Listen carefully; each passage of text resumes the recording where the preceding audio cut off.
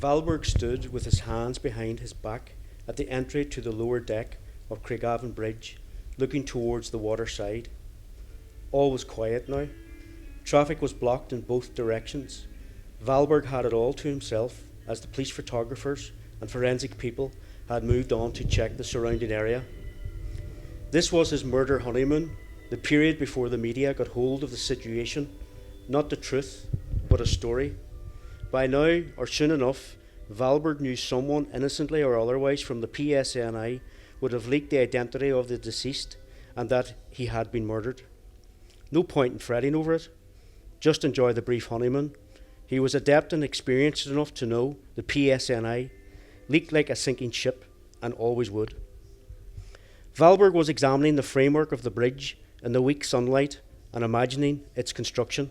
He studied it meticulously, realising he had driven across one of the few double-decker bridges in Europe so many times, but never really appreciated how strong and sturdy it was.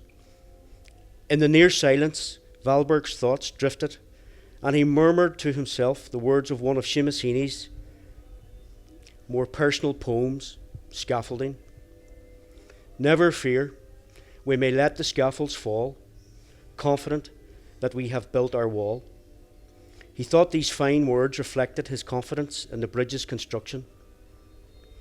Heaney's poetry had always been a source of comfort and inspiration to Valberg. Just like his father, he could always mentally recite his work with the poet's rich voice in his head. He recalled the day he got into trouble with Father Doherty at school for having the temerity to suggest that poetry should not be interpreted so literally. Valberg thought the reader should discover their own meaning from it, not simply accept what any teacher dictated. When his father found out about his challenge to academic authority, he insisted John apologise to Father Doherty immediately. As Valberg looked down at the river, he thought of the violence, terror, and fear of Billy Black's last moments.